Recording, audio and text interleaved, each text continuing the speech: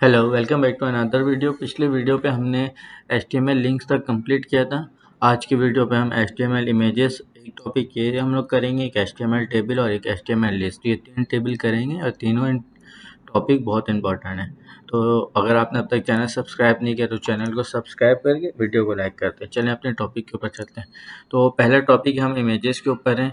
तो HTML में जब कभी हमें इमेज लाने की नीड होती है तो उसके लिए जो टैग यूज़ होता है वो इमेज का टैग यूज़ होता है। और इसके अंदर एक एट्रीब्यूट यूज़ होता है SRC। SRC का मतलब होता है सोर्स के, जो हम इमेज लगाना चाह रहे हैं उसका सोर्स क्या है, उसका एड्रेस क्या है, वो इमेज रखी हुई क्या है। तो दो तीन तरीके से हम इमेज लगा सकते हैं। जैसे अभी मेरे पास एक इमेज है, मैं इसको डेस्कटॉप में कर लेता हूँ।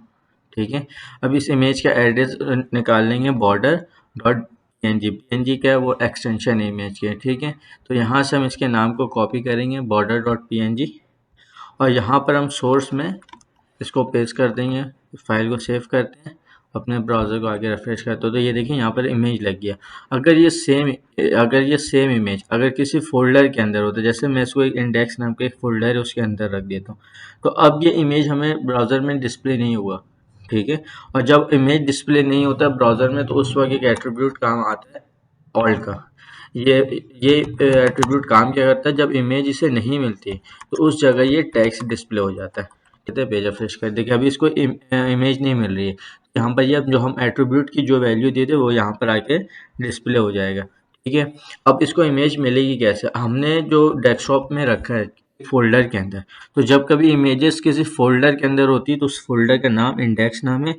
यहाँ पर हम लिखेंगे इंडेक्स, एक स्लैश का साइन लगाएंगे। इसका मतलब है कि एक इंडेक्स नाम का फोल्डर है, उसके अंदर बॉर्डर डॉट PNG है। तो अब हम अपने ब्राउज़र में जाके चेक करते हैं, ये देखिए अब हमारे पास इमेज डिस्प्ले हो गई है। और अभी कोई ऑल्ट का जो भी हम यहाँ पर जो एट्रीब्यूट वैल्यू दे रहे हैं वो डिस्प्ले नहीं हो रही है।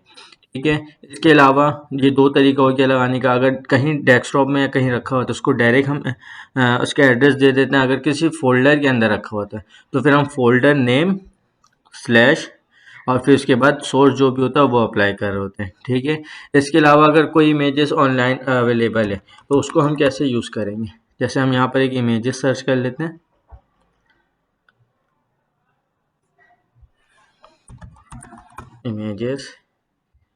इमेजेस के सेक्शन में अब हमें ये तस्वीर फॉर एग्जांपल यूज़ करना है, तो उसके ऊपर हम राइट क्लिक करके यहाँ पर देखिए ऑप्शन है कॉपी इमेज एड्रेस। इसे हम यहाँ से कॉपी करेंगे और इसके सोर्स पे आके यहाँ पर पेस्ट कर देंगे। ठीक है, अब हम अपने वेबसाइट के ऊपर जाते हैं और इसको ये देखें ये इमेज आगे डिस्प्ले हो गया। अच्छा, इसकी हाइट विड्थ हम सेट कर सकते हैं यहाँ पर हम एट्रीब्यूट लगा के। ये तीन तरीके से इमेजेस लगते हैं। ठीक है, अब जैसे हम यहाँ पर इस पे अपने पुरानी इमेजेस के ऊपर आते हैं। ठीक है, देखिए इस इमेज की विड्थ जो है वो पूरी फुल विड्थ ली हुई। तो अगर हमें इसकी विड्थ को सेट करनी तो हम यहाँ पर एक एट्रीब्यूट लगाते हैं विड्थ। ठीक है, विड्थ हम यहाँ पर दे देंगे 50, हाइट भी दे देंगे हम 50। फाइल को सेव करके ये देखें अब ये हाइट और विड्थ इसकी 50-50 हो गई। तो यहाँ से हाइट और विड्थ की एट्रीब्यूट्स हम इसके हाइट एंड विड्थ को कंट्रोल कर सकते हैं। ये देखें, फाइल सेव करते हैं, ये देखिए ये हो गया 150 हाइट और 150 एंड विड्थ। ठीक है, तो एक ये टॉपिक हो गया। अब नेक्स्ट टॉपिक कौन सा है, नेक्स्ट टॉपिक अब चलते हैं HTML टेबल्स। तो हमें HTML टेबल जब हम क्रिएट करते हैं तो उसके लिए HTML में जो टैग यूज़ होता है वो टेबल का टैग यूज़ हो रहा होता है। ठीक है, हम स्टार्ट करते हैं टेबल के टैग से। टेबल के टैग के अंदर दो चीज़ें होती हैं, एक टेबल का हेडर होता है, एक टेबल बॉडी होता है। तो जो टेबल हेडर होता है उसके लिए जो टैग यूज़ होता है टी हेड। ठीक है, टेबल हेड के लिए हम यूज़ करते हैं टी हेड का टैग, और जो टेबल के अंदर कंटेंट होता है उसके लिए यूज़ होता है टी बॉडी, और जो टेबल का फुटर होता है उसके लिए यूज़ होता है टी फुट। ठीक है, ये अंदर ये टैग तीन टैग यूज़ होते हैं। इस तीन टैग को यूज़ नहीं भी करें तो हम टेबल क्रिएट कर सकते हैं, लेकिन अच्छा तरीका ये है कि हम एक प्रोफेशनल तरीके से बनाएं। ठीक है, तो इसके लिए अब हम टी हेड के अंदर एक रॉ क्रिएट करते हैं। टी आर का मतलब होता है टेबल रॉ। ठीक है, हमें जितना रॉ क्रिएट करना पड़ेगा हम इसके अंदर कर देंगे। अब इस टी एच का मतलब होता है, यहाँ पर टी हेड आइए, इसको करेंगे टी एच। टी एच का मतलब होता है टेबल हेडिंग। जब हम कोई टेबल बनाते हैं तो ऊपर हेडिंग होता है यूज़र नेम, पासवर्ड, कैटेगरी। तो इस तरीके से जो भी होता है वो हम यहाँ पर टी हेड के अंदर लिखते हैं। सबसे पहले हम यहाँ लिख देते हैं स्टूडेंट नेम, ठीक है, रोल नंबर और क्लास, ठीक है, ये 3 चीज़ हम डाल दिए।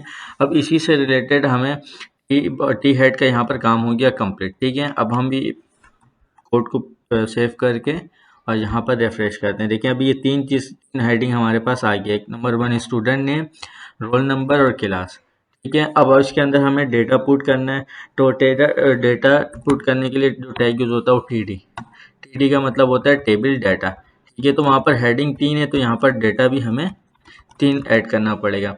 यहाँ पर हम स्टूडेंट नेम ऐड कर देते हैं, ठीक है। रोल नंबर हम अपनी तरफ से कुछ भी कर देते हैं और क्लास हम कर देते हैं 12, ठीक है। ये देखें अब यहाँ पर स्टूडेंट नेम की जगह स्टूडेंट नेम आ गया, रोल नंबर की जगह रोल नंबर, क्लास की जगह क्लास। अगर फुटर में हम कुछ ऐड करना चाहें तो हम ऐड कर सकते हैं। फुटर में भी हम वही सिंपल तरीका है, TR को यूज़ करके हम यहाँ पर TD को क्रिएट कर लेते हैं, ठीक है। TD मतलब टेबल डेटा।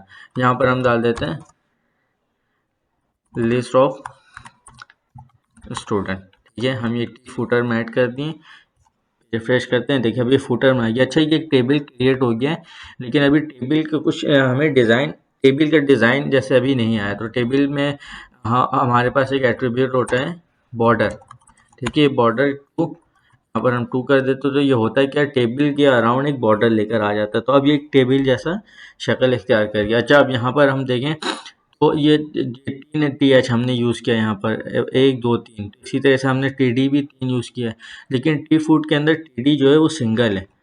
तो अब हमें ये क्या करना है कि सिंगल है लेकिन ये विथ जो है ये अपना पूरा अपना ले, सही है। हमें यहाँ पर 3 TD नहीं देना है, हमें एक ही TD को विथ देना है, वो पूरा 3 TD वाला देना है, ठीक है। तो इसके लिए एक एट्रीब्यूट आता है कॉल स्पैन, ठीक है। कॉल स्पैन यहाँ पर हम डाल देते हैं 3,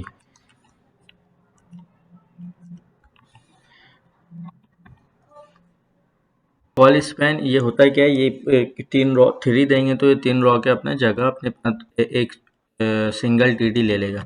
अच्छा ये कॉल स्पैन हमें TR पे नहीं देना है, ये कॉल स्पैन हमें देना है TD में, ठीक है। यहाँ पर आते हैं और यहाँ पर आगे पेज रिफ्रेश करते हैं तो ये देखें ये 3 अपना रॉ ले लिया। अगर हम यहाँ पे 2 देते हैं तो ये अपना जो कॉल स्पैन लेगा वो 2 और एक स्पेस जो होगा उसको ये छोड़ देगा, ये देखें। अगर यहाँ पर हम 1 देंगे तो ये 1 ले लेगा, 1 बाय डिफ़ॉल्ट ले रहा होता है। तो इस तरीके से अगर हमें इस चीज़ को सेट करनी पड़ी, इस चीज़ से अगर हमें अपने कंट्रोल पे लेना हो तो हम इस रॉ स्पैन के एट्रीब्यूट से हम इसको ले सकते हैं, ठीक, कॉल स्पैन के एट्रीब्यूट से, ठीक है। तो ये था टेबल का, सिंपल है टेबल, ठीक है। अब इसके ऊपर नेक्स्ट टॉपिक जो है वो हम जाते हैं HTML लिस्ट। अच्छा HTML में लिस्ट 2 तरीके की होती है, एक होती है ऑर्डर लिस्ट, एक होती है अनऑर्डर लिस्ट, ठीक है। ऑर्डर लिस्ट लिखने का तरीका है OL का मतलब होता है ऑर्डर लिस्ट, और अनऑर्डर लिस्ट का स्टार्ट जो होता है वो UL। अच्छा इसके अंदर जो हम जो भी लिस्ट ऐड करते हैं उसका वो होता है LI से, LI मतलब लिस्ट आइटम, लिस्ट के अंदर कितने आइटम हैं, ठीक है। तो यहाँ पर हम जल्दी से आइटम को ऐड कर लेते हैं, ठीक है, ठीक है। यहाँ पर हम डाल देते हैं डमी टेक्स्ट,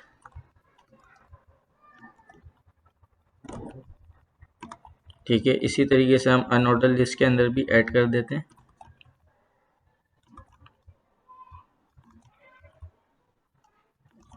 फाइल को सेव करते हैं। ये देखें ये हमारे पास आ गया ऑर्डर लिस्ट और ये आ गया अनऑर्डर लिस्ट। अच्छा अनऑर्डर लिस्ट जो होता है उसमें जो लिस्ट स्टाइल होती है वो बुलेट्स की शक्ल में आ रही होती है, और ऑर्डर लिस्ट में 1 2 3 4 आ रही है। अच्छा ये लिस्ट स्टाइल चेंज भी हो सकता है CSS के थ्रू, अगर हम इसे रिमूव करना चाहें तो हम इसको वो भी कर सकते हैं, ठीक है। जैसे अभी अगर हमें इसका चेंज करना है तो यहाँ पर जो एट्रीब्यूट यूज़ होता है वो लिस्ट स्टाइल यूज़ होता है, ये देखें। यहाँ पर ये स्टाइल अरबिक करें, देखिए वो 1 अरबिक के स्टाइल में आ गया, अमेरिकन करेंगे अमेरिकन। तो इस तरीके से हम इसको स्टाइल को चेंज कर सकते हैं, और अगर हमें नहीं रखना है लिस्ट स्टाइल तो यहाँ पर हम कर देंगे नन, तो वो क्या हो जाएगा, जो भी लिस्ट स्टाइल था वो डिस्प्ले नन हो जाएगा। ये CSS का क्लास है, तो जब हम CSS पढ़ लेंगे तो उसमें ये मैं मज़ीद और डिटेल में इसको बता दूंगा, ये लिस्ट। और इसके अलावा ऑर्डर लिस्ट या अनऑर्डर लिस्ट, ये 2 ही तरीके के लिस्ट होते हैं। तो आज के वीडियो के लिए इतना ही। अगर आपको वीडियो पसंद आई है तो वीडियो को अपने ग्रुप में शेयर करें। मिलते हैं किसी नेक्स्ट वीडियो में। Till then good bye.